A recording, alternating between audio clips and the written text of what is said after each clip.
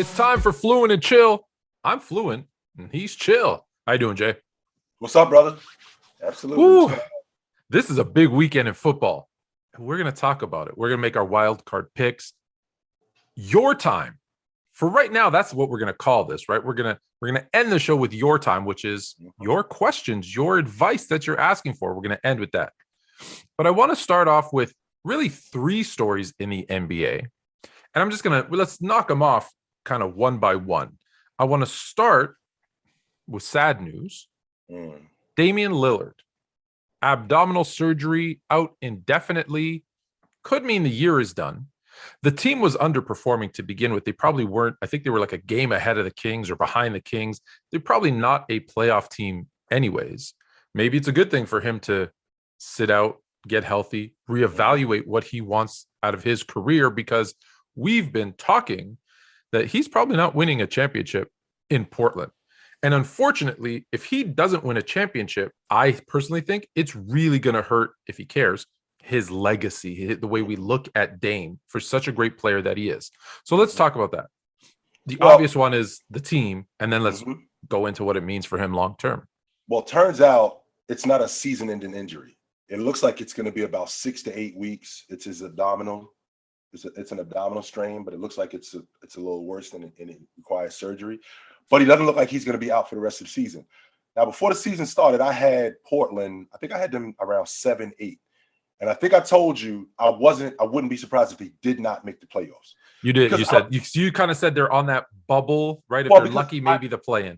Well, because when I look at their unit, they look like the same unit from 19 that went to the West Finals. But they didn't really do much in terms of upgrading the unit. They just look like the same team with Covington and Dame, and CJ's been out of the lineup. Nurkic has been in and out of the lineup. And everybody else in the Western Conference got better. So with that being said, if you're not improving your roster, not just not improving your roster, but if you're not improving as players and you're not improving your roster, that's a bad mix. Yeah. So when I think about what Dame means to the Portland Trailblazers, I mean, he's on the same page with Drexler. He's on the same page with Bill Walton, those guys, in terms of notoriety and popularity. However, I think they did him a disservice by not upgrading that unit and getting better. Now, Dame might be loyal to a fault. He might be loyal to a fault because I don't think that they can win, not just with that roster, but we're talking about Dame is in his prime. He's only 31 years old. So I think Dame, barring any more health issues, I think Dame he got 3, maybe 4 more years left at this level before he starts to slow down. But when I look at what they've done in Portland, I think that they did a disservice to him these last 3 years. And I'm not sure. I think that not just the Trailblazers, but the fans, I think that they're going to run Damian out of Portland strictly because of what they've done for him, the lack of what they've done for him. They're going to put so much pressure on him that they get to the point where he's got to leave, even though he doesn't want to. Yeah, he clearly doesn't want to leave, and that's people commend him for that. Other people say he's crazy. He should go and chase that ring, which is, listen, that's what most superstars have done of late. The other thing is that you remember the beginning of the season, he wasn't playing that well, and they started to question, well, maybe that prime is ending early. I don't think that to be true. My concern is, it's funny, you brought him up, he's on the level of Drexler. People forget Drexler went to 2 finals in 3 years. Now they lost both, but he still made it. And that's something the Trailblazers, you were right. Like, I think, like you said, I think it was that 19 season where they Western Conference Finals, but that's been their pinnacle. And it's not like their regular, it's not, if I could relate it to maybe, not like the Philadelphia Eagles, always getting to that NFC championship game over and over and over again and losing. It's not like they're always making it to the top of the mountain, just not being able to. That was just one time. Right. That was just one time. And granted, the West is tough. With that being said, though, Tone, they have been to the playoffs 8 straight years, right? Yeah. 8 straight years. And I think they got knocked out of the first round of the playoffs twice, or two or three times. But other than that, they've made deep runs in the playoffs with that Trailblazer team. And Dame has been the catalyst of what they're doing. I'm not 100% sure. I don't think Dame was a better player than Drexler.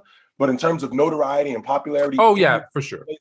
in that Trailblazer organization, I think he's right there with Drexler. Absolutely. Yeah, Now, I agree with that, but I'm just kind of saying, hey, but he never made, like, on average, I think they're like a second round team, and that's really good. It gives you hope, but in this day and age, if you don't win, right? So that's all I'm concerned about with Dame. And if let's assuming he's healthy, so let's hope he gets a speedy recovery from his abdominal surgery. Right. The next player that I'm going to talk about, he's on the other side. So Dame's going out, he's coming back in, and it's been a long time since we've seen Klay Thompson. We didn't know what to expect. The intro was crazy. The fans went nuts, and he played pretty good. Like, let's not go nuts. Like, everyone's like, "Oh my God, he's back." No. He had adrenaline. He played pretty good. If that's what we get from him, or do you think is that kind of what we're gonna get? I think it was 15, 17 points, a couple of threes. Is that 7 for 18? Yeah, 7 for 18. And the thing about Klay, we talking about a guy who hasn't played in 2 years, right? And he's got to get his rhythm back. He's got to get his confidence back. He might seem like he's extremely confident. That was more adrenaline than anything. Yeah. Tony, I think this season with Klay Thompson is more of a season of him proving that he can hold up, that he can stay healthy, not necessarily play at the level that he played at 2 years ago, because I don't think that that's realistic. Right. It might look like it initially, but once we get back into, because we're in the dog days of the NBA schedule right now. So from like January to March, this is the meat and potatoes of the schedule. And Klay can still shoot the long ball. Klay still looks athletic. And I think that is what he's trying to prove, that I still got it. Now, I think next year, when he has a full season under his belt, is when he proves that I can still play at an elite level. I mean, there's a difference now. It's just me holding up and me just integrating myself into a championship contender. Next year is I'm still an all-star. I think that's what he's going to prove. I'm still an all-star, and I'm still one of the better two guards in the game. Okay, so I'm trying to think of where I want to go with this, because they're already the number one seed. So if they bring in even a bit of Klay, right, as just an addition, like, I don't know, are they going to start him? Are they going to come off the bench long term, right? That's an extra really, really, really good shooter. And I'm not going to say great, because he's a great shooter. I don't know what kind of shooter he is today, right, after 2 years off. So that's why people say he's great. He's one of the best. Yeah, historically. I'm saying today, after the injuries, I'll say he's a really, really, really good. He's on that cusp. We got to see. You got a really, really, really, really good shooter coming in who could play a little bit of defense, right? Even give you 20 minutes a game. Are the Warriors the favorites? Well, I'll tell you what, Tone, I look at that. I don't know if they can beat Phoenix in a 7-game series, but I'm looking at this unit. Steph has played himself. He's playing himself out of the MVP talk as of late. And I think a lot of that has to do with what they were trying to do in terms of getting him the 3-point record. But they got a really good team, Tone. And not only do they have a good team, that team's been together for a while now. And I think that's the key. Andrew Wiggins, he's playing like an all-star caliber player. Now, Draymond's been out of the lineup, and we got to get Draymond back healthy and get him back in the lineup. But Jordan Poole has been great for them. Like I said, Andrew Wiggins has been at an all-star level. Wiseman, I think, is the difference. And the reason why I say Wiseman is the difference, Tone, is because when they get Wiseman back in the lineup, and they're going to have to deal with these teams like Utah, Phoenix, where they got legit bigs, Wiseman can possibly neutralize Ayton. He can possibly slow down Rudy Gobert and make things difficult on these guys. And that opens up their offense even more, because now I got an extra rebounder. Now I got an extra scorer. Now I got an extra guy that I can go to on a block for buckets. Now I got an extra shot blocker and rim protector. And that's big for them. So I think Wiseman is the difference in what they're doing. What's the news on Wiseman? I think that they're still waiting, and I think that they're still hoping, not hoping, I'm sorry. I think that they're just taking it slow, not to mention they're rolling right now. So it doesn't really seem like it's much of a rush to get him back in the lineup. Would you, I know we're not supposed to do trade rumors, but would you trade Wiseman, none of the core, just Wiseman and I don't know, a pick or something, to Indiana for Miles Turner? I would absolutely entertain that. We could absolutely have a conversation about that. Because I think you could sell Indiana on Wiseman's going to be, long term, has more upside plus a pick, And then it brings in Miles Turner, who can come in, boom, start today. Right. And you have a front court of Turner, Green when healthy, right? Curry, Poole, let's say Klay. Like that's a lineup I don't want to play. Well, not only that, Tone, when I look at Miles Turner, he's exactly what they need. He's exactly. He's a rim protector. He's a long ball shooter. He clogs the lane. He's extremely athletic. And he fits into exactly what it is that they're trying to do. So I would absolutely entertain that conversation. Yeah, I don't know what Indiana's looking for, but I know that, everything has pointed to the fact that he's underappreciated. He wants out. Indiana's kind of feels like they're always just they call it retooling, but let's be honest. I feel like they're always just rebuilding, because even when they have talent, they're just there's always something happens and they don't perform up to what they should. So why not take a chance on the young guy and a pick or two? And listen, if I'm Turner, I would be very happy. Well, if I were to be traded anywhere, I'd be very happy to be traded to the Warriors. I think Indiana's been snake bitten, though, Tone, because when you look at what they were doing in the bubble, they made the playoffs. So then the next season, they're high on these guys. Sabonis is coming back better. CJ Warren is going to be a lot better. Turner's going to be better, only except CJ Warren missed the whole season. Then Karis LeVert, he came back in the lineup later on from getting traded from Brooklyn. He had an illness. So They basically been snake bitten in terms of talent. I think that they got a really good. I think they got a really talented team. I think the problem is they've been snake bitten with injuries, and now the word is that there's possibly going to be a fire sale at the trade deadline. And I've heard LeVert, Sabonis, Turner, like all of them. And Tone, I am certain if there's going to be a fire sale in Indiana, teams are going to be lined up for that talent that they have. Absolutely. All right, so I'm going to throw out some numbers at you. I'm going to tell you what I thought, and then I'm going to ask you a question. Okay, if you're ready for all of that, and this goes out to everybody listening as well. If you haven't followed or subscribed, get into those comments. We read every single one, and we use in the show. So make sure to do that. 53-ish. I'm going to round up 53%. If I told you Russell Westbrook 53%. Could you guess what that 53% represents? Well, I wouldn't think that it was shooting the long ball. That would not. No. Wouldn't be shooting the long ball. If he was shooting 53%, would it be from the floor? And he might be on a roll shooting 53% from the floor, but I'm pretty confident that it wouldn't be from the stripe neither. 53%. That's his field goal percentage on dunks. So he's only making half of his dunks. Wow. Not layups, not 0 to 3 feet, dunks. Yeah, he misses a lot of dunks. I'm going to throw up another number at you. 20%. 20%. I would actually think that was shooting the long ball. That's his 3-point shooting, not including the corner threes. So not including the 22-foot corner threes, 20% from 3. So that's what people will bring up and say, well, Russ is the problem. Right. And I'm sorry, almost 6 turnovers a game. Yikes. I think it's 5.7. I'm rounding everything up. So I'm sorry. Actually, the 20% I rounded down. Either way, the numbers are scary. So if you're trying to make a case that why are the Lakers losing, you could easily say, well, as good as Russ is, he's putting up 29-9 and, that stuff. But when you look at how he's getting there, you could make a case he's holding the Lakers back, even though they've played better of late. They've won games of late. We're talking holistically. For me, and I've said this to you before, I think the problem is coaching. I think you have a star-studded cast. Look, are they in their prime anymore? No, they're all a little bit older, like the stars when we talk about Melo and LeBron and even Russ to a certain extent. AD not older, but you gotta treat AD because of his injury history. You have to treat him like an older player. And so that core of superstars needs to be finessed a certain way. And then obviously you have a bunch of talented, good shooters, younger guys.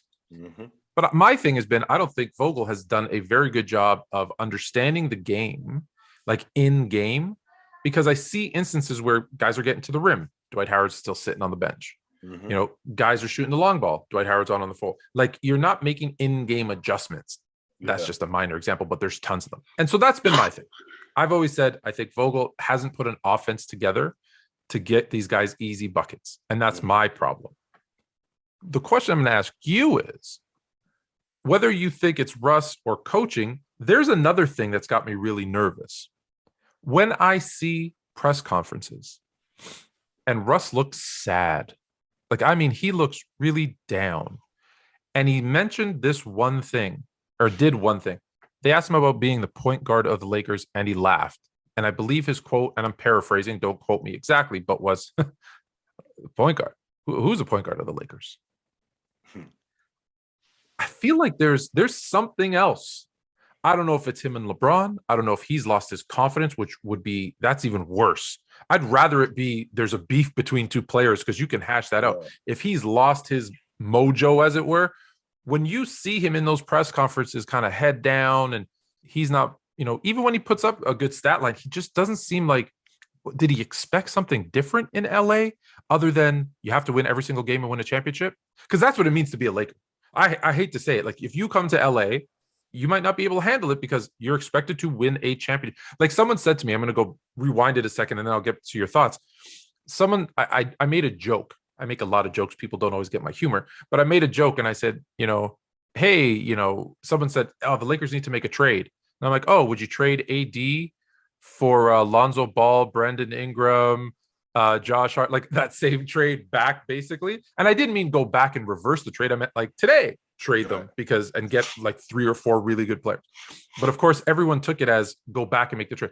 And a lot of the comments I got was, what do you know?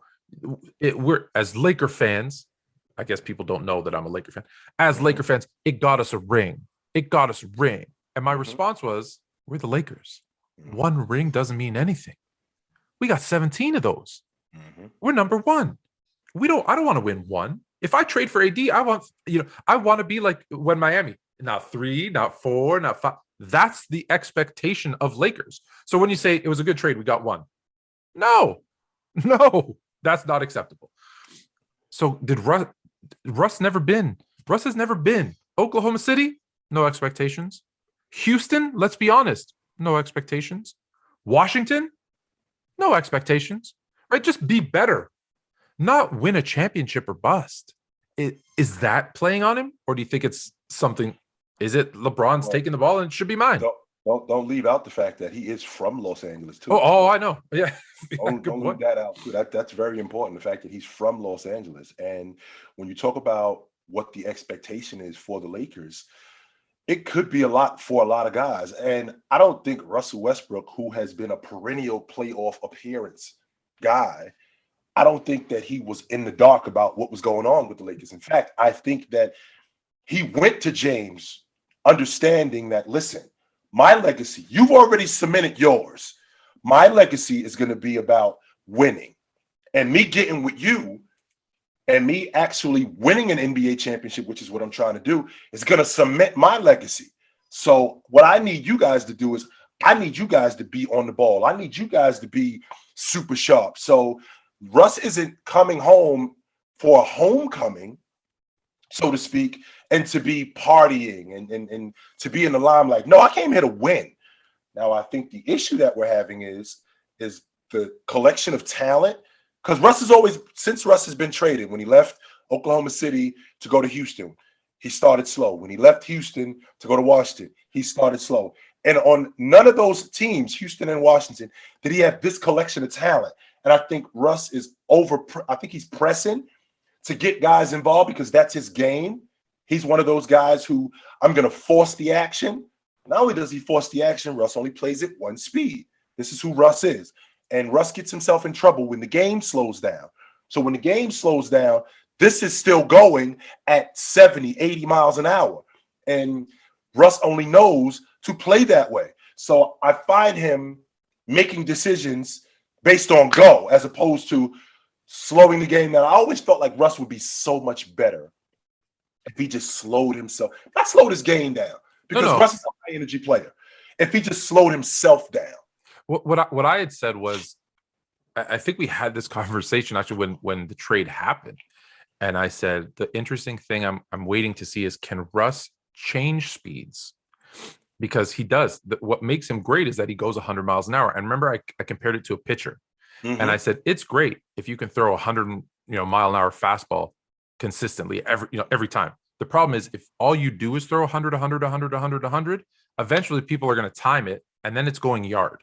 Yes, however, if you drop in a 72 mile an hour changeup, now you're throwing people off and they're like, oh, now I don't know what to expect. Mm-hmm. And I think that's the thing with Russ. If he could learn to just do that, just slow it down, I think he would be even more effective. Because don't get me wrong, Russ is effective. Russ is an all-time great player. I'm not like, I think we undervalue Russ. We underappreciate Russ so much. It's actually, it hurts sometimes when I see what people are saying about Russ. Let's not get confused. He is a phenomenal, one of the greatest, like when I'm talking greatest, like I'm not saying top 10, but like one of the 50 greatest players of all time. He should be in that conversation. One of the greatest point guards of all time, like top 15, 20. He's in that conversation. That's how good he is. Is there flaws? Well, yeah. There's flaws. How do you, and that's why I keep saying the coaching. Where does that coach come in and say, here's how we accentuate your positive and downplay that negative? And I think that Russ, I don't think that there's anybody that wants to win more than Russ. And how much this means to anybody on that crew more than Russ. But you mentioned about Frank Vogel. I've always felt like since this season started and the mixture of talent that they've had, Tone, we have a rotation issue.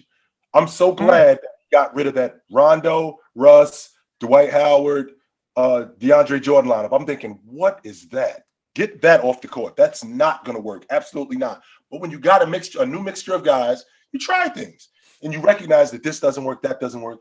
But I think Russ wants to win so bad. And not only does he want to win so bad, he wants to win and he wants to get everybody else involved. Because I constantly catch him pressing, forcing the issue.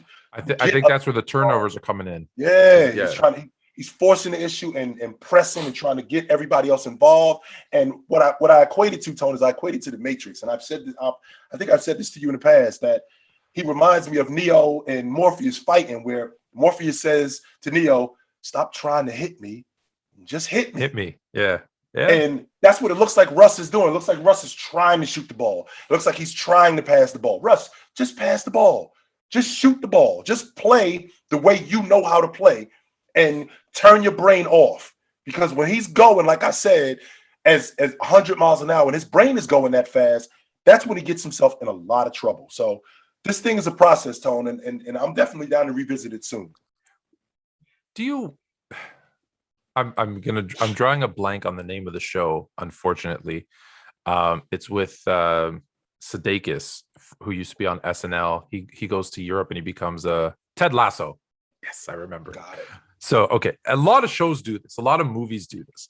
But there's a scene there's a scene in Ted Lasso where one of the players is just he's pushing too hard. He's trying too hard. He wants to lead the group and he forgot how to have fun and just play. And so I think it's a player who now has retired, who's now an assistant coach. He takes him back to the old kind of the bad neighborhood where he grew up playing soccer in a cage.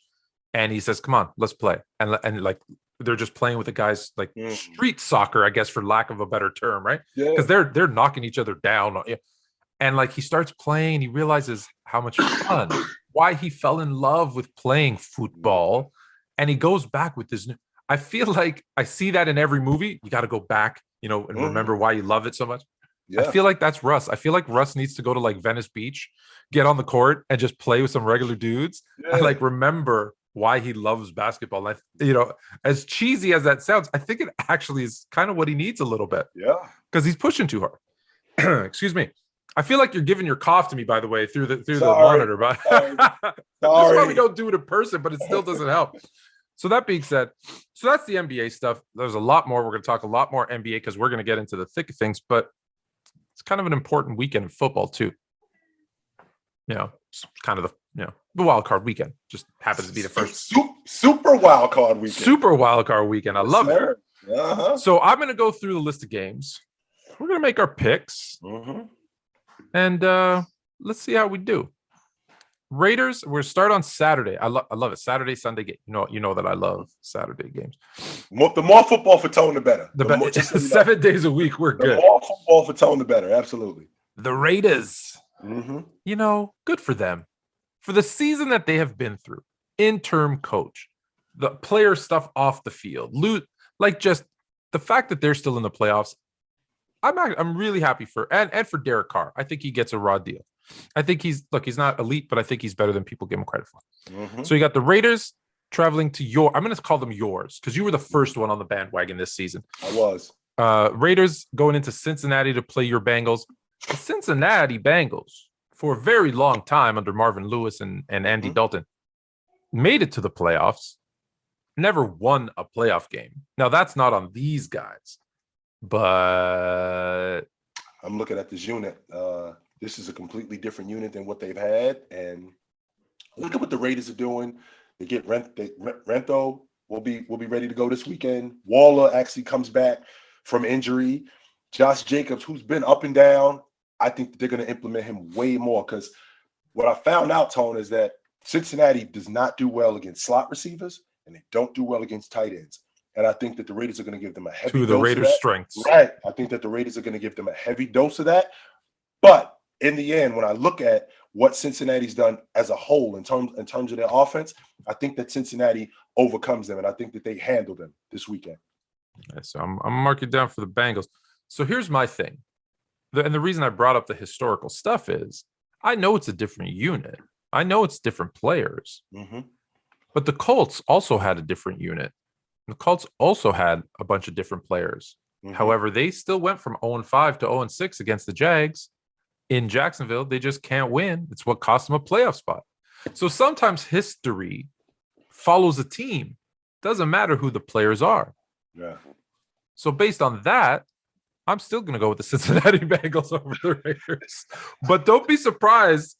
Don't be surprised if it's closer than you think. Like people are expecting this Bengals team that, could throw for 500 yards and blow them out, Jamar Chase, and all those things still might happen. But I think it's going to be a closer game than you think. This is real, normally with the first round, it's like, oh, it's a blowout. It's a done deal. This is easy. There's a lot of really good games that could go either way. Like I said, even Cincinnati, Vegas, we both picked Cincinnati, but I wouldn't be surprised if Vegas won. The Patriots go back into Buffalo. They were just there a couple of weeks ago and lost. But this one could go either way too. So you got the Patriots and the Bills in Buffalo. And I'm also looking at, we're going to have a weather issue too, Tone, just so you know. It's supposed to be. It said it was going to be okay. Has it gotten bad now again? With Buffalo? It's supposed to be, I think, 8 degrees. It's going to feel like 8 degrees, but it's supposed to be -3, right? And with 12-mile-an-hour winds. That's not good for Josh Allen. No. His ability to throw. And I think that with what Bill Belichick has done with running the football, because Patriots, which I was actually surprised, Tone, with their ability to stop the run, because the Patriots got a top 10 rush defense. I was really surprised about how Buffalo was just able to move the football up and down the field. Now, because they're not known for running the ball. That's been their weakness. I mean, your quarterback is your leading rusher. Right. And I was really surprised that they were able to do that. And I think that I think Buffalo goes right back to that. I don't think that they do anything different. I think they go right back to that. But I also think that New England gives them a taste of their own medicine. And I think they go to that as well. I wouldn't be surprised if Mac Jones didn't throw the ball 30 times. I would not be surprised if he didn't. But if it's going to be cold and windy, I think you're right. I think that's the recipe for success, is that unfortunately Mac Jones not throw the ball. And I'm sorry, you were about to make your pick and I cut you off. I think Buffalo handles them. You're going Buffalo. Okay. Yes. Well, right off the bat, we're going to have a disagreement because I think we're going to see the Patriots. I'm going to tell you right off the bat, I've been saying this for weeks. I think we're going to see the Patriots in the AFC Championship game. And the reason I think that is, I think Buffalo is beatable, right? I think the Patriots can beat Buffalo, right? They know them really well. They're a divisional team. I think Bill Belichick is the better coach. I think Bill Belichick is the best coach. So I think he puts a game plan together to win. And then next week, I know I'm jumping way ahead, but then next week he has Tennessee, which I think between those, in the brackets, I think Tennessee's an easier matchup, if that's possible, than Kansas City. Well, I guess I just gave you my other pick. All right, so let's go to the next game. Let's stay in the AFC. Let's just stick with the AFC. So now you already know my pick, because I told you facing the Chiefs. The Steelers and the Chiefs. I want to make sure I wasn't bugging out, Tone, because I think I heard that Ben Roethlisberger said the line was like 20. And I'm thinking there's no way that the line is 20 against the Steelers. But I wouldn't be surprised if Kansas City handled. And when I say handled, I don't mean, 7 points. I wouldn't be surprised if they absolutely handled Pittsburgh. Pittsburgh, in terms of their defense, TJ Watt gets to the quarterback with the best of them in the game. No question about that. They've got great defensive ends. They're great against the run. The problem that they have is on offense. And the one problem that they have on offense is the guy under center. He is the difference. When you play against Kansas City, you are going to have to score. And I don't mean you're going to have to score 10 points, 14 points. You're going to have to score a lot against them. And I don't think offensively Ben Roethlisberger can get that done, which is why I think Kansas City handles them. So to be clear, BetMGM has it at the Kansas City Chiefs being 12.5 favorites, not 20. But okay, I'm going to read you a quote. And before I read the quote, I'm going to tell you, this is either the most defeatist I've ever heard a starting quarterback in the NFL sound, and they're done. They're going to lose by 50, or this is brilliant. And he's basically saying no one, including us, is giving us a shot. So let's just go out there and kill them. And they shock the world, right? Like one of those two things. Because here's the quote from Ben Roethlisberger. We are probably 20-point underdogs, and we are going to the number one team. I know they aren't the number one seed, but they are the number one team who have won the AFC the last 2 years and arguably the best team in football, Roethlisberger said. This is now in bold. We don't have a chance. So let's go in and have fun. That's his direct quote. We don't have a chance. So let's just go in and have fun. That's absolutely, Tone. Oh, it's either brilliant. Yeah, that's what it is. It's reverse psychology.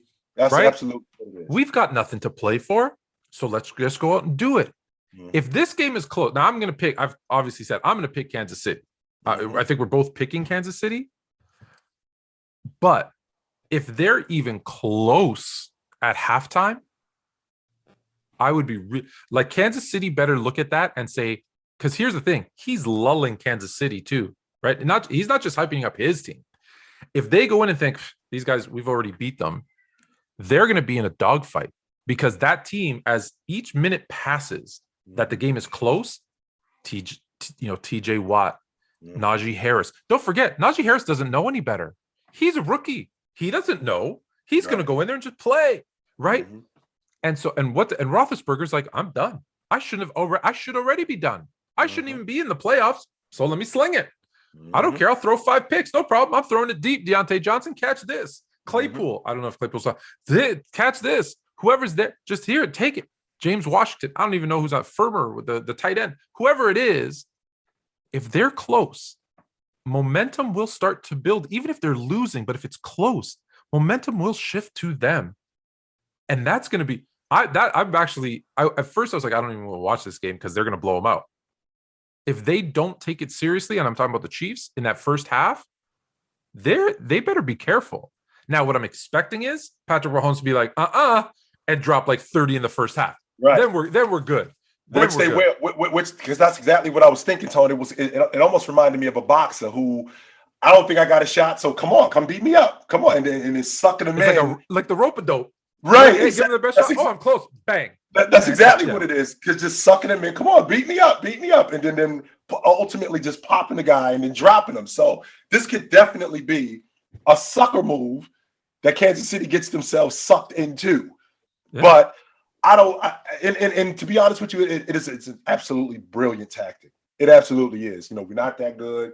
They're the best team, even though they're not the number one seed, they're the best team in football. They're the best team in football. We're not that good. And, we're just going to go out here and we're just going to play. Just have fun. Yeah. We're just going to play the way we know how to play. They're going to beat us up only to find out that they are absolutely serious about what they're trying to do. So, but I don't think Patrick Mahomes, I don't think Andy Reid I don't think any of those guys are falling for that. Absolutely not. Let's hope not, because listen, I love my Pittsburgh fans, but if I have to see 2 weeks of Ben Roethlisberger in the playoffs, Can you imagine, I'd Tone? be really disappointed. Imagine All that. right, to the NFC. So we both got the Bengals. We both got the Chiefs. You got the Bills. I got the Patriots. Mhm. All right, so into the NFC. Now this one might be a blowout. The Eagles go into Tampa Bay to face the Bucks question mark, and I put question mark because who's left? They had 10 different DBs. They're on their fourth string wide receiver. They're on their fourth string running back. Mhm. The only thing they have, they have a couple of Patriots from 1997. They got Gronk and Brady. Like that it's can the Eagles win this one? When I look at this Tampa Bay group, right? So Mike Evans hasn't been great. He's been solid, but he hasn't been great. Ronald Jones basically played himself out of the lineup because he constantly puts the ball on the ground, and that's not going to get it done. Leonard Fournette has been out. He's coming back for the playoffs, and he hasn't shown. We haven't seen what he's been able to do because he hasn't been able to run. Godwin is done for the season. Now, that defense, Shaq Barrett's going to be ready. So that defense is going to be solid. But that offense, this is the most banged up that I've seen that offense. But honestly, Tone, and I catch a lot of heat for this, as long as 12 is upright, I can't bet against them. I can't do it. And I think that Philadelphia, with what that offense looks like, and definitely going to Deontay Smith more, because Tone, he reminds me more and more I watch him. He reminds me of Marvin Harrison. That's what he looks like to me. But if they involve him more in that offense, I think that they got a really good shot. But I just can't bet against it. As long as 12 is upright, I can't bet against it. I can't. Yeah, I think one of the things that Tampa Bay has been consistent with, not as good as last year, but still consistent, is stopping the run. Mm-hmm. And Philadelphia has shown, like, if they can't get the running game going, they're not very good. Mm-hmm. And so I think it's still just a big win for Tampa Bay. Jalen Hurts is going to get some really good, well-needed playoff experience, which I think is great for any young quarterback. But to think that Philadelphia can go into Tampa Bay and win, I don't think that's going to happen. I'm going to skip one game because I want to end it with your Niners. So I'm going to skip to the Monday Nighter. And can I just say, he can't handle it. It's Christmas again. He can't handle it. Christmas again. It's like dumping more chocolate sauce on a cake for a fat kid. No, he can't handle it. It's just too much. And I am a fat kid, so it's good.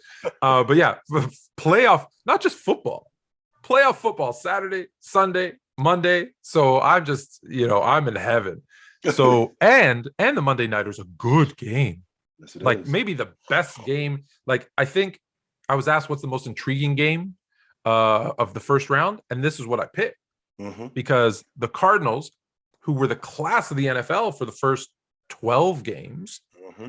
against the Rams, who've probably been arguably one of the best, if not the best team, the last kind of part of the season. So the Cardinals go into SoFi, where the Super Bowl will be held, mm-hmm. to face the Rams. Now, DeAndre Hopkins is out.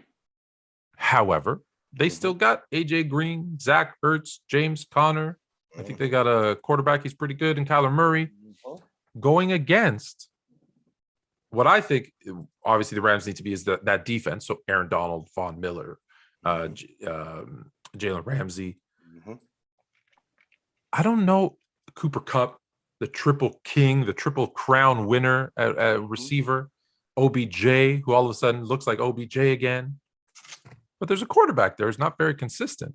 Here we go. Who's going to throw him a pick six. Here we go. He's going to throw a pick six. It's just, is he do it early in the game? I almost feel like if I'm Matthew Stafford, I want to throw my first pick, my first play of the game. I'm going to look for the Arizona DB and throw him the ball and give him a pick six and get it out of the way. Let's just get this over with right now. Get it out of the way, because you know what's going to happen. He's not as good as the name I'm about to say, but he's very similar in like Brett Favre. Right. The thing that drove you nuts about Brett Favre is not that he threw pick sixes or threw picks. It's that he threw them at the worst possible time. Because listen, people will say there's no good time for an interception. Okay, there might not be a good time, but there are worse times. And with 10 seconds left in a game and you're up by 5, yeah, that's maybe the worst time to throw it. Right. So that's my thing is Kyler Murray's never been in the playoffs though, so we're gonna see him for the first time. Excuse me, I'm sorry. No worries, man. This show, we're raw on this show. You cough, you sneeze, this is part of it. If you don't like it, subscribe. Okay, so let's make our pick. Cardinals and Rams. What do you think? I look at this Arizona offense, and they sputtered a couple of weeks ago, and I think that they get back on track. I do not trust Matt Stafford. I just don't, and I can't. Any team that he's played on, he's had success. But when he's very much like Kirk Cousins, like a better version of Kirk Cousins, where when the game or when the bets get higher, when the lights get brighter, you see who these guys are. And I know who Matt Stafford is, and I just can't bet on him. I can't do it. So I think Arizona handles these dudes. I kind of made my case beforehand. You know how I feel about Matt Stafford. I think LA is a good enough team to beat them. I don't think they upgraded from Goff to Stafford enough. And listen, I'm going to stick with history until history changes. And Stafford I get it. It was on the Lions, but he had really good teams. He had a really good receiver then too. Yes, he did. 0-3 in the playoffs. Do I think all of a sudden this defense is good enough to carry him into the second round? Maybe. They carried Goff, different defense, but they carried Goff to the Super Bowl. But I'm with you. I'm going to stick consistent. I was thinking of switching to LA just to be different than you. But in every other show that I've been on where I've made my picks, I've picked Arizona. So I'm going to stick with Arizona because I do think they win. So now let's go back to Sunday. And obviously there's a reason I waited for this one. So the Sunday, right in the middle, 4:30. We got a 1 o'clock, a 4:30, and 8 o'clock game. The 4:30 game, the world is going to be watching. Not only is the world going to be watching, it's one of the best rivalries, right? It might not be as old as Packers and Bears. It might not be as kind of, as some of these others. But listen, when you talk to 49er and Cowboy fans, two of the most loyal fan bases, two of the biggest fan bases, because listen, you could travel anywhere in the world. Two hats you will always see is 49ers and Cowboys. Correct. You'll always see those two. So two of the best traveled, best kind of worldwide recognized franchises. 49ers go into Dallas, where Dallas hasn't been that good. And they play a Cowboys team that on paper should be running through this league. Smoking everybody. Should be. When we say there's no favorite in the NFL this season, there's so many teams that can win the Super Bowl. On paper, it should be the Cowboys. Smoking everybody. Shouldn't be. This team should be 15-2, 16-1 with the talent that they have. Facts. They're not. 12-5, still pretty good. But I don't know what I'm going to get from them. Am I going to get the team who stayed on pace with Philadelphia's backups, 17-7? Or am I going to get the team that smoked their third stringers by 40 points in the second half? I don't know. I don't know. I know where you're going with your pick, but tell me why you're going with your 49ers. Well, I'm looking at who the Dallas Cowboys are defensively. I love Micah Parsons. I think that he's going to be one of the best edge rushers. I think they're going to move him to the edge rush, and I think he's going to be one of the best edge rushers in the game. There was a point during the season where I felt like but we had to have the conversation that Trayvon Diggs might be the league MVP. There was a point during the season that I really felt like that. And offensively, Amari Cooper, I think that he could be an elite wide receiver because I love Amari Cooper. I don't think Amari Cooper is at any point Dak Prescott could throw 450, 500 yards in a game. He absolutely can do that. And Zeke can just shove the ball down your throat. Troy Pollard, absolutely one of the best backups in the game. One of the best two-headed monsters, with the exception of Cleveland, in the game. However, where is the deficiency? The deficiency is on the bench. Mike McCarthy is the issue. Kellen Moore is the issue. We already know who Zeke is when he rushes the ball 25 times. We know who the Cowboys are. They have a winning record. But when you get cute and when you start throwing the football all over the field, what they have a tendency to do, especially Dak in particular, is make mistakes. My 49ers have proven that whatever works, this is what we're doing. Our rush attack is one of the best in the game. That's what we're doing. Jimmy Garoppolo is a 7-yard, 15-yard hook, 10-yard dink and dunk, and that's how we're going to move the football. And our defense is going to be solid, and we coming into AT&T Stadium, and we shutting the door, and we turning the lights out. They should have you in his locker room right before the game. Give him a pep talk. Because you almost convinced me. You almost convinced me. Say it, Tone. You almost convinced me. The 49ers, listen, I flip-flop every week with the 49ers because I'm like, they're the most dangerous team that you don't want to face in the playoffs. Oh, I don't think they're going to make the playoffs. Oh, wow. I definitely don't want to play them. Oh, Jimmy G's. No, Trey Lance. Kittle looks really Debo. If Debo stays healthy, Debo's going to just run like he's your running back, wide receiver. Heck, I even think I saw him throw the ball for a touchdown. And so it's just like, I don't want to play these guys. I get it. My boys are like, they're like that woman that you're not really sure if you want to marry her, but you don't want to break up with her neither.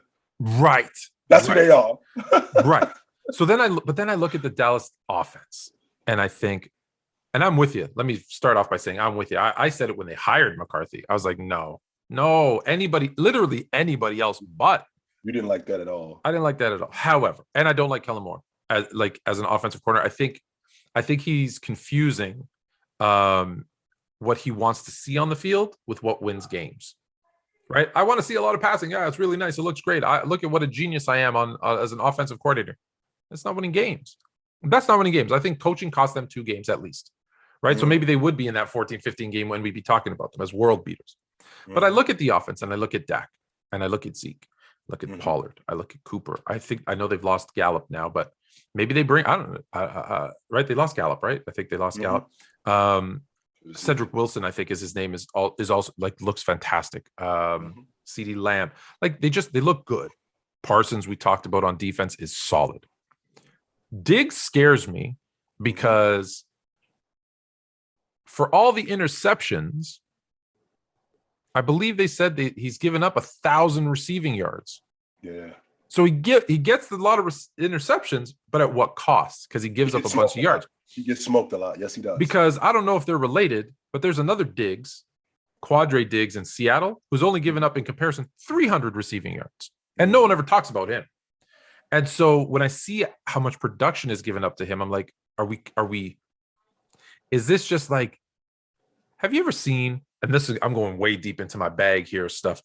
Do you know Mr. Bean? Yes. The comedian Mr. Bean. Okay. So he has a daughter apparently, and rest in peace, Mr. Bean, because he did pass away this year.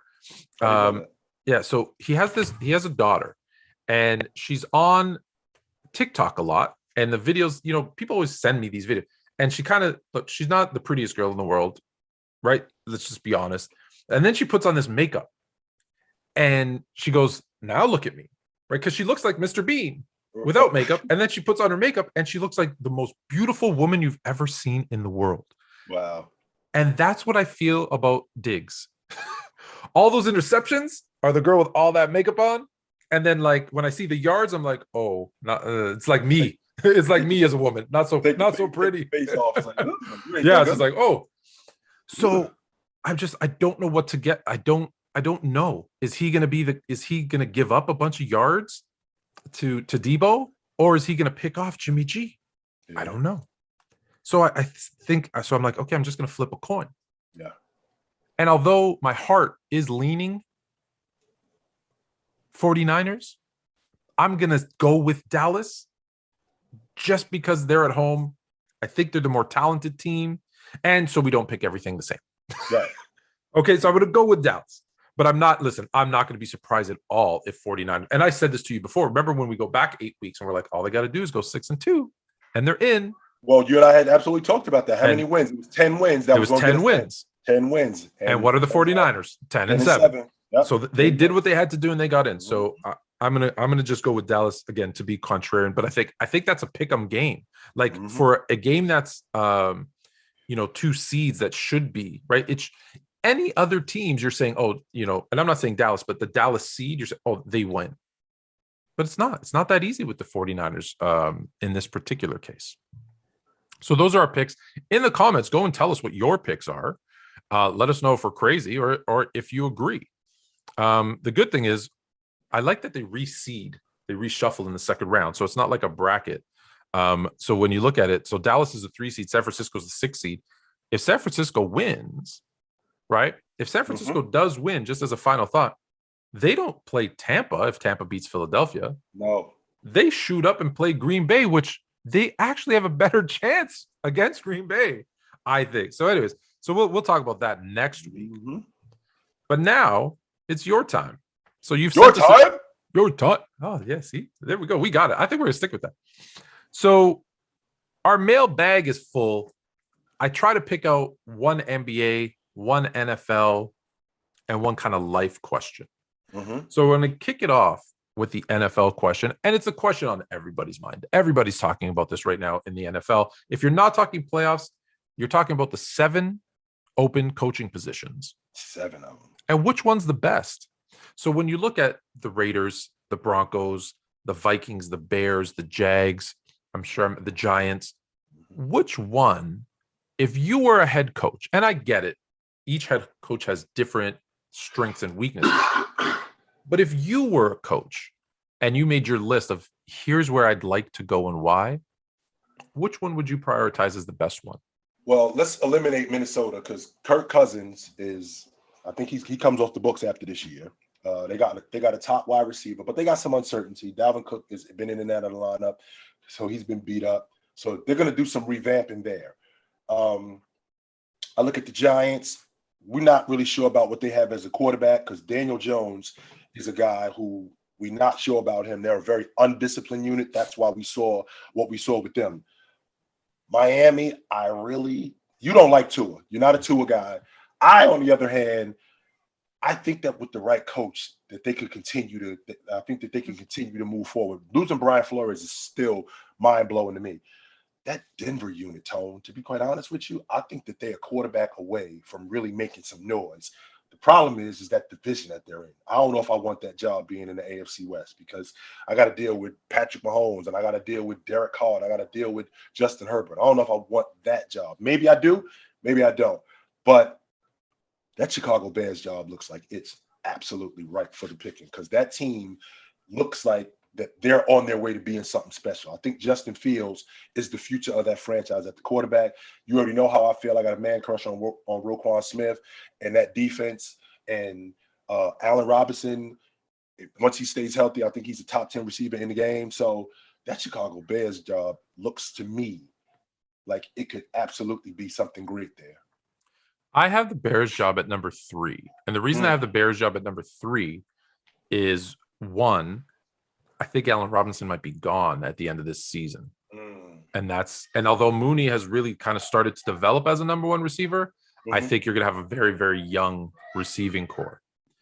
I obviously love the backs. I also think Khalil Mack, hopefully he comes back and he stays healthy the whole season. Roquan Smith, I agree with you 100%. Ownership is a question. There's no GM. So it's not just coaching. So it's who's the GM, who's the coach, what are roster moves, what might they do? Uncertainty. Justin Fields, I agree. I think looks good. So I'm hopeful of the Bears. So I have them at number 3. I agree with you on the Dolphins and the Giants, and we didn't talk about the Jags, but also the Jag job. I think the Jag job it's tough. You got to, now second-year quarterback, but then really nothing else. Like you're starting from scratch there. Right. I think it's a good job for a young quarterback. I've said, I think Byron Leftwich there with time, like give him 3 to 5 years. Yeah. And just let him work. I think that's a good matchup. So those ones are gone. So I have the Bears job at number 3. So that actually for me leaves Minnesota and Denver. So Denver, here's my thing with Denver. And there's a big question mark with Denver. And I've said this because I'm trying to get Aaron Rodgers out of there, right? If Denver could make a move and get like an Aaron Rodgers or Russell Wilson, like an elite quarterback, then I like that job, but there's ownership is going to be turned over now. So we don't know. Is that the direction they're going to go? Or are they going to clean house and try to save money? I don't know who the new owners are. So that's the other then the other thing you brought up. Do I want to be in the division with the Chiefs, the Chargers, and the Raiders right now?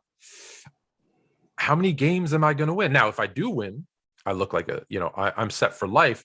But like if I go 6-11, because that's the division I'm in, I'm going to get fired, even though, well, come on, look at the division I'm in. No one's going to listen to me when I say that. So that one scares me because of the ownership and the division. You brought up Minnesota, and it was interesting because I like the Minnesota job the most. And the reason I like the Minnesota job the most is a couple of things. I think I know where you're going with this. Their defense is good, right? There is good. I'd say almost really good. So you have a defense that can win games. It's got one of the best wide receivers in the league in Jefferson.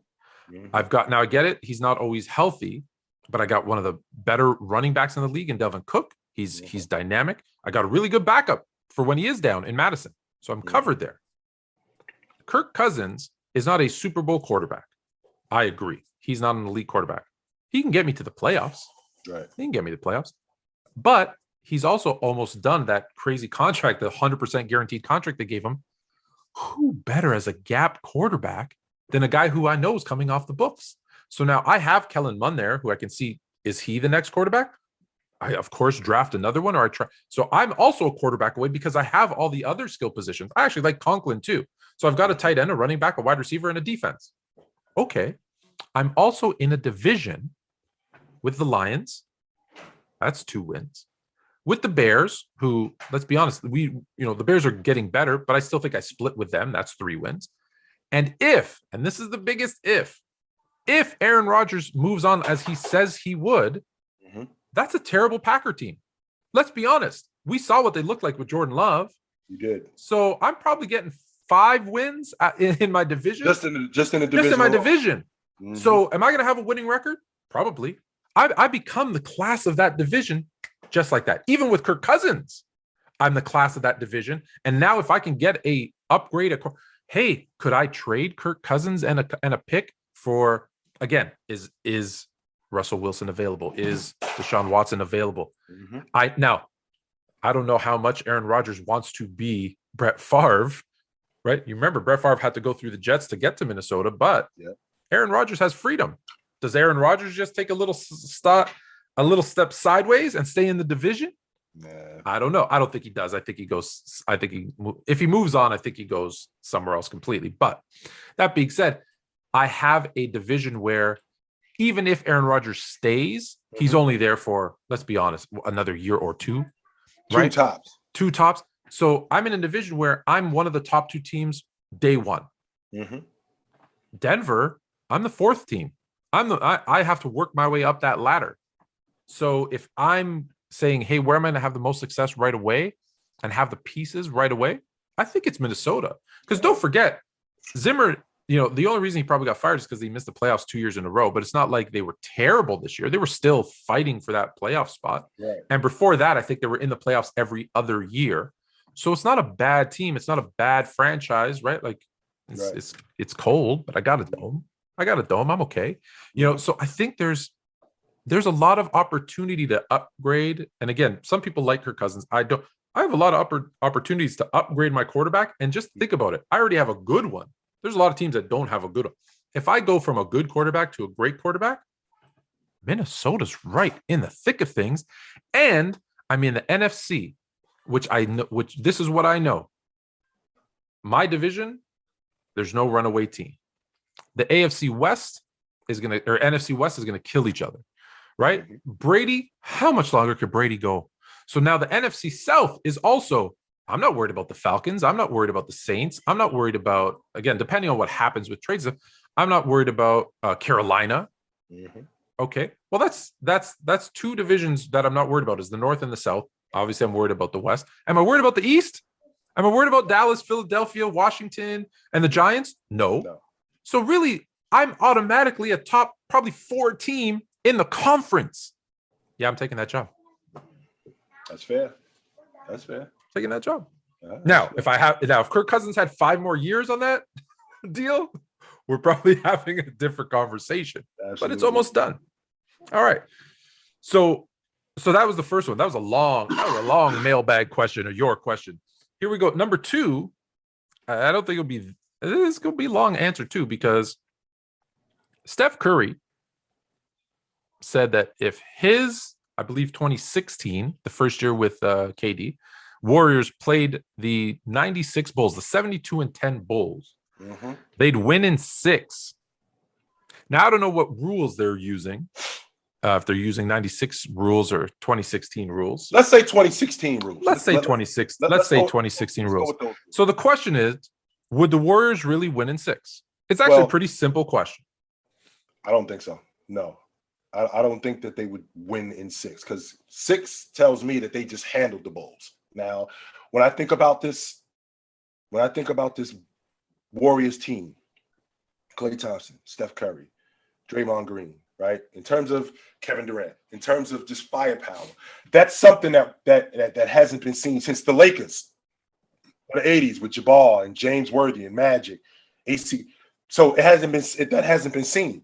However, those teams have been handled in the past. And how have they been handled? They've been handled with defense. So I got a Bulls team with Scottie Pippen, an all-league defender. I got Michael Jordan, an all-league defender. I got Dennis Rodman, an all-league defender. I got Ron Harper. All three of them first team NBA Absolutely. defense. And I got Ron Harper as a solid defender. So what I'm thinking about here is I'm hearing the idea that they would just get lit up. And I'm thinking to myself, I'm having a very difficult time thinking that the Golden State Warriors are just going to run through perennial all-league defenders. Scottie Pippen is one of the best defenders that the game has ever seen. And the reason why is Scottie does a great job of keeping guys off rhythm. And how does he do that? One, he keeps the ball away from you. That's very important as a defender. He keeps the ball away from you. And when he does, and when you do get the ball, Scottie has a tendency, not just the tendencies, Scottie is great at making you do things that you don't want to do because he crowd guys a lot. Now, here's the problem with that, Tone. We're playing in 2016, which means that you can't really put hands on guys. But that also works on the flip side because we're under the impression that Michael Jordan is the only guy who scores. Well, wait a minute. These other guys score too. Scottie Pippen can score the basketball. Absolutely. Now, am I saying that the Bulls are going to shut these guys down? No, I'm not saying that. But I'm having a real difficult time believing that Klay Thompson, Kevin Durant, Steph Curry are just going to just bowl these guys over and just shoot the basketball wherever they want and get whatever they want against a bunch of all-league defenders, perennial all-league defenders. I'm having a really difficult time with that. So when I think about Draymond dealing with Dennis, I think that Dennis gets the edge there because I think Dennis pushes Draymond to the brink. I think that he gets him off of his game. I think Draymond, it fouled like technicals out of at least one game. Absolutely. I think that he pushes him to the brink. And in addition to pushing him to the brink mentally, I think he dominates him on the backboard. And I think he does a great job defensively, not just against him. Because I think he's on KD. Yeah, well, I'll get to mine in a second. I'll let you finish. I think Dennis is interchangeable. I think Dennis would deal with KD. I think he'd deal with Klay. I even think that he would deal with Steph from time to time. So he's interchangeable in that aspect where he can handle himself against a lot of different guys. So I'm having a difficult time believing that the Bulls would lose to these guys in 6. I think we can have a 7-game series, and I think that the Bulls could very well beat them dudes. So you brought up a lot of the points that I was thinking of, and here's my thing. As much as, okay, they can't put their hands on guys, they don't have the hand checking. But you know what they could do? Well, they could play zone. And guess what? If you got to switch off between Pippen, Jordan, and Rodman, I'm okay, right? Like now, let's call a spade a spade. I think Curry is too quick and probably does get by Jordan at that point in his career. But here's what I'm thinking of. Listen, say whatever you want about Kevin Durant. Mentally, he is not the toughest player you've ever known. Okay, no, mentally. No. You don't think Dennis Rodman can get into his head? Absolutely. You know, and that's the part where I'm like, okay, so he could throw KD off a little bit, but right? I think Jordan, if I'm playing man to man, I put actually Jordan on Klay because as good as Klay is most of the time a spot up shooter. Well, that allows Jordan to just stand, like give him a breather so he can focus on defense. You put 6'7", 7-foot wingspan Pippen who can guard Steph full court. He's gonna have a really hard time. He's still going to, don't get me wrong. Let me say this. When I say shut down, no one is shutting down these guys. These on either side of the ball, on either team, These guys are all like when people he would shut down Malone. No, you wouldn't. Malone's going to score 20. Curry's going to score his 20. Jordan's going to score. Like no one's ever shutting these guys down. And everyone brings up, I think, T-Bull or whatever that guy is, who Viable. Yeah, they always bring him up about Curry. Like there's one game. So I think the matchups defensively is, as much as the Bulls probably never saw an offense like that before, they've never seen a defense like this before. My other thing is this. I always look at, let's look at the record. Well, the Bulls had a better record. They won more games. Number two, and this is the one that really puts it over the edge for me. In the month of December, at the Warriors' peak, they lost twice in the same month to the Memphis Grizzlies. Are the 96 Bulls better than the Memphis Grizzlies? I think they get at least 2 wins. Like, so to think that it doesn't go 7, I just think now you're just being a fan, right? Like it's the Warriors in 4, or someone's going, it's the Bulls in 4. No, it's flip a coin. In my opinion, it's flip a coin in 7, because it's all going to come down to who keeps their head. And I think that's where the Bulls are better, is on the mental aspect. Where the ball bounces, and we know this, it's just the ball sometimes just bounces in your favor. Correct. And that could go either way. And shooting. If the Warriors are hot, they're winning it. If the Warriors go cold, which we've seen Kevin Durant, Curry, we've seen them go cold. We've seen Curry just kind of out of games, especially in game 7s in the playoffs. For as great as he is, what do we always say about Steph? Oh, and it's, in those big series. That's why he's never the finals MVP. Yeah. So do I trust him in this superstar matchup? Right. Nope. He's going to act like he didn't do that? Yeah, we're going to pretend that didn't happen. Yeah, that did happen. So if they're not even, I wouldn't even say cold, if they're lukewarm, then it goes the Bull. So that's why when I say this, I'm not even picking. I'm saying literally flip a coin in 7. If that's your answer, I'm with you 100%. If you say 4 or 5, even 6 to either team, I'm like, you're not really paying attention. You're not really paying attention. So I hope that gives you your answer. Now, I'll go Bulls just because I don't know if you pick. Okay, let's say you had to pick. Who would you pick? The Bulls in 7. All right. Last question. My parents want me to go to college. I want to get to work. What should I do?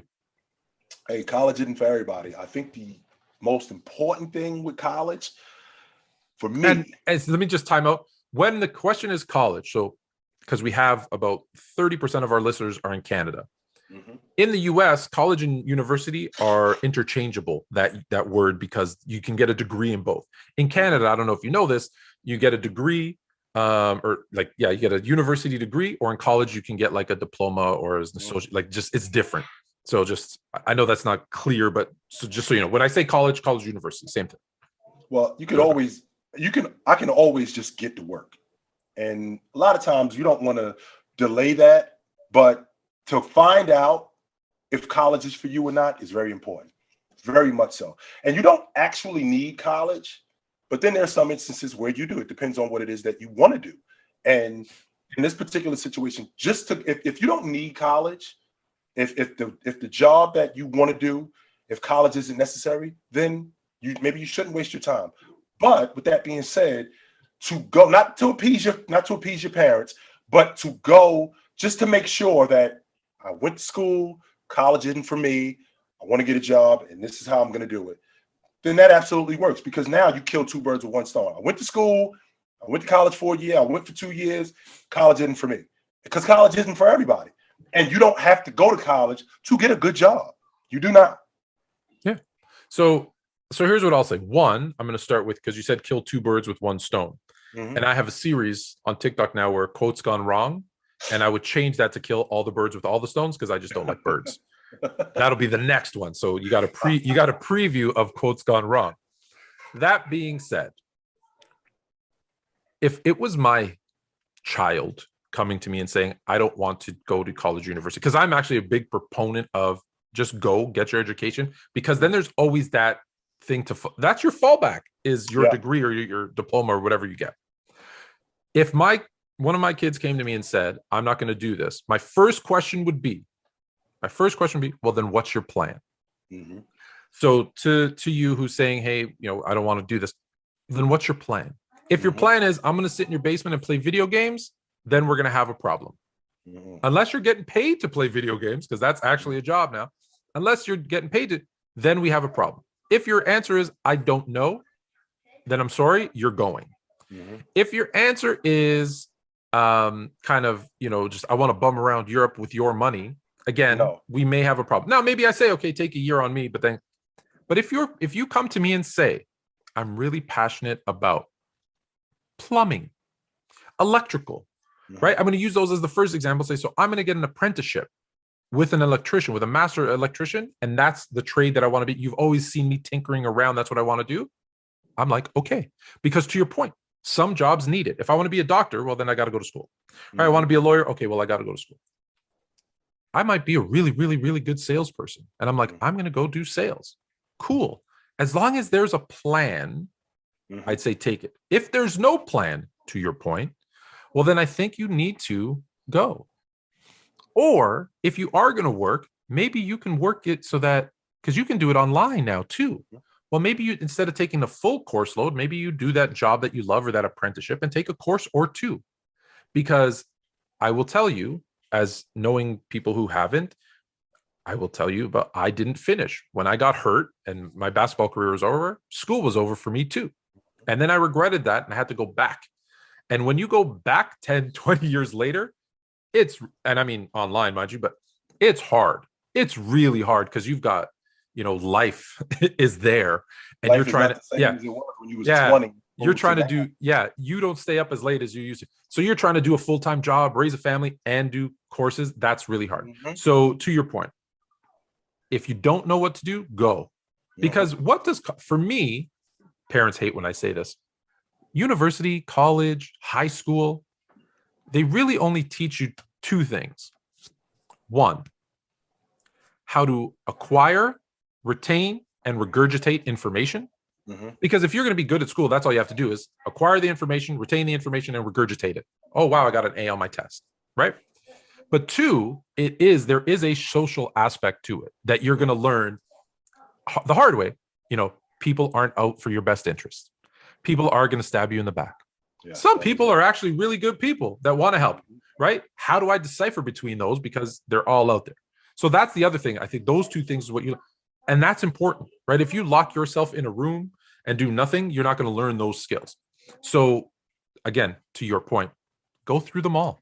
Try it. If you're not doing anything else, go to university, go to college, figure it out, figure out what you want to do. But if you're passionate, like here's the thing, we talk sports every day. Do you know what would probably really have helped us had we known this 20 years ago? When we went to school, we took journalism. Because you put journalism degree there, all of a sudden, I don't have to knock on people's doors to say, hey, can you let me talk about sports? People are knocking on my door saying, hey, can you come talk about sports? So just kind of, it's hard, but kind of try to look at that bigger, longer picture of what will I need later? Because it's always easier to do it now than it is to do it later, but you always have time. So that's the best advice I could give. But we appreciate it. I love that we're getting these types of questions. Relationship in school. It's awesome. So I'm just going to recap before we go. Our wild card picks, because this is coming out on Friday, and you're gonna be ready for your Saturday games. We both have the Bengals. We're split on the Patriots and Bills. We both have the Chiefs. We